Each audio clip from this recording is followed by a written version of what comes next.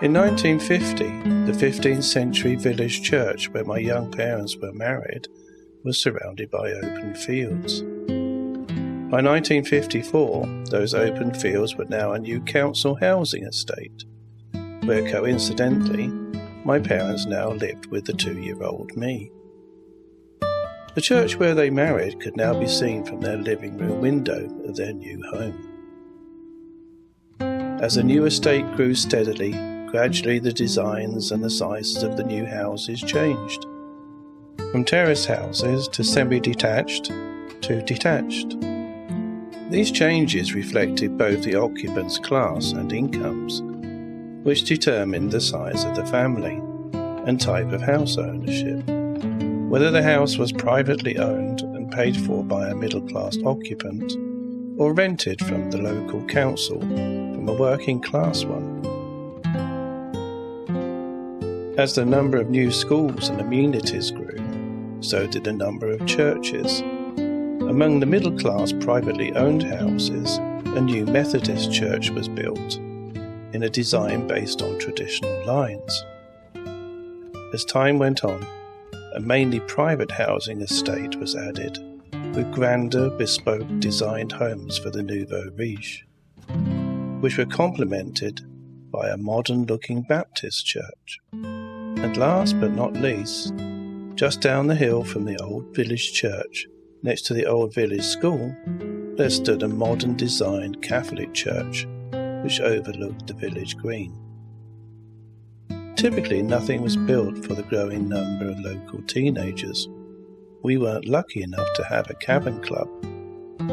But within a 2-mile radius of my parental home, the Anglican, Methodist, Baptist, and Catholic Christian denominations of all classes had their own places of worship built for them. I didn't step inside any of them. Despite Britain's ongoing decline in church attendance, bingo on a Sunday evening at the local Catholic church proved popular. I'm not quite sure how playing a game, with a chance to win money, technically gambling I suppose, fits in with God and his day of rest. But hey, it was for a good cause, as the proceeds went to the church.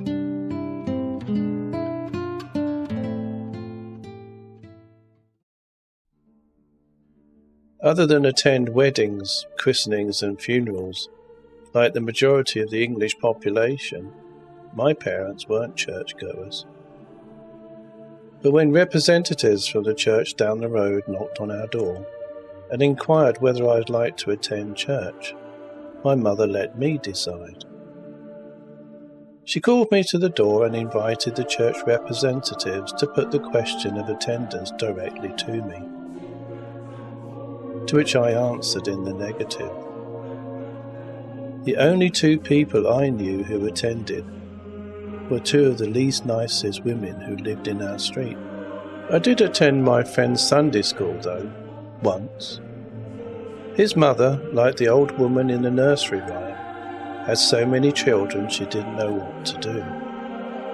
So she packed them off to Sunday school each week in order to give herself a break and put her feet up for a while. Sunday school was a cost-effective childminder.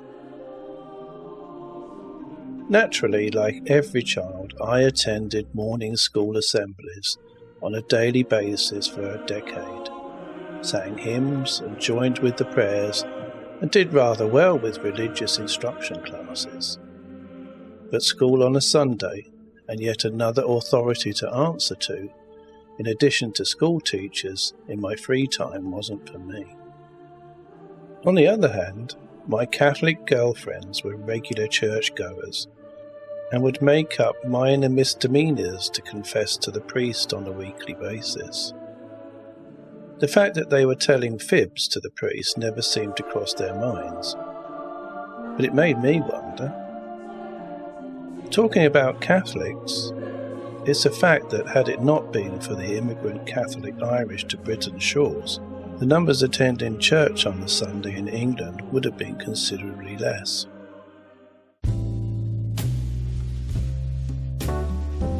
Secularization is the process by which religious ideas, customs and institutions gradually become less relevant within a society.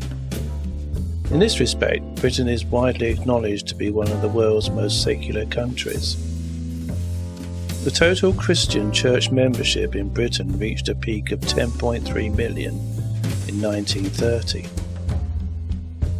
Apart from a brief recovery through the 1950s, since 1960, membership has fallen from 9.9 million to 5.9 million in 2000 and continues to decline.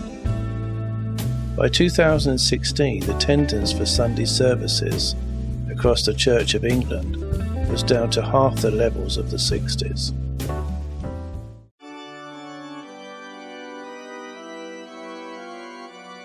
Although by the 60s the British had largely ceased to go to church regularly on a Sunday, the country's youth had a basic knowledge of the key stories of the Bible, which had mostly been learnt from parents and in school, and had some knowledge of the local church and its ways.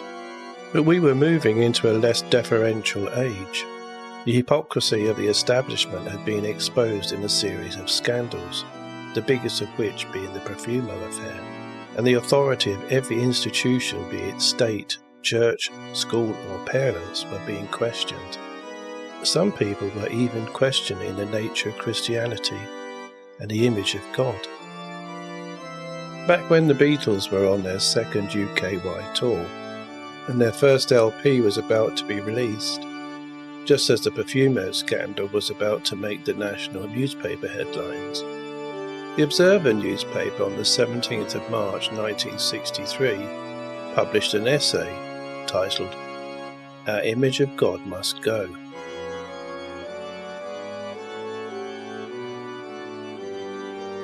It was an excerpt from the book Honest to God, written by New Testament scholar John A.T. Robinson, the Anglican Bishop of Woolwich of the Church of England. The then controversial book took religious publishing by storm. 3 million copies were sold. The author urged Christians to dispense with their outmoded belief in an old man in the sky and reject the prescriptive morality church teachings in favour of a universal ethic of love. Unsurprisingly, there were calls for John Robinson's resignation. When asked how he felt that many people think this worship of the Beatles is unhealthy and that it is almost making a religion of them by the editor of Photoplay, a British film magazine, in March 1964, another clergyman, the Reverend Brian Bird, vicar of Edwardstone, smiled and replied, "In a sense, they have become a religion. Most youngsters never go near the church to worship God nowadays, so the Beatles would seem to have become their object of worship instead. This, according to some, is a bad thing. I think what the critics are opposed to basically is the sort of music the Beatles play and sing. They imagine that it is arousing wrong feelings in the young, and it has a sexy slant. Honestly, I cannot see this. They sing about teenage love, which is a natural, important and beautiful thing to all young people, and the feeling of the youth for beat music is largely a corporate one. They twist, shout and scream in groups and enjoy the group playing.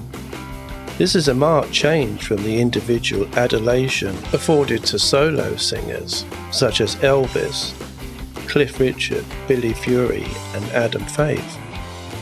And I think that twisting as a form of corporate expression in dance is not nearly so sexy as the more personal and exclusive slow foxtrot or waltz.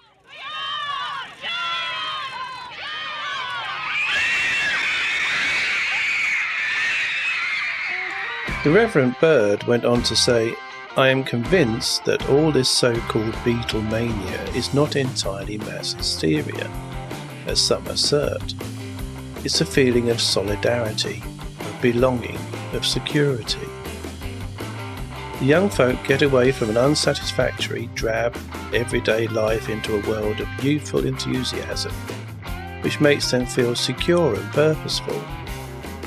This is, of course, what any religion ought to give them, an object of worship and feeling of identity. There are so many possibilities in beat music, since it moves young people to feelings of some depth. The Beatles are now the image on which the feelings of so many young people, whatever depth they may have, are concentrated. He who knows about depth knows about God, the Bishop of Woolwich tells us in his book Honest to God, quoting a well-known American theologian. And depth can be found in various ways, not only in church. Another clergyman, the Reverend Ronald Gibbons, told reporters that a Beatles version of O Come All Ye Faithful might provide the Church of England with the very shot in the arm it needs, which could be interpreted by some people as the Church trying to use the Beatles' popularity towards its own ends. In this case, trying to attract young people into attending church. On its original publication, Robinson's work instigated a passionate debate about the nature of Christian belief and doctrine, in a time that brought about the disintegration of established orthodoxies and social, political and theological norms. Some would argue over 60 years later it is still relevant today.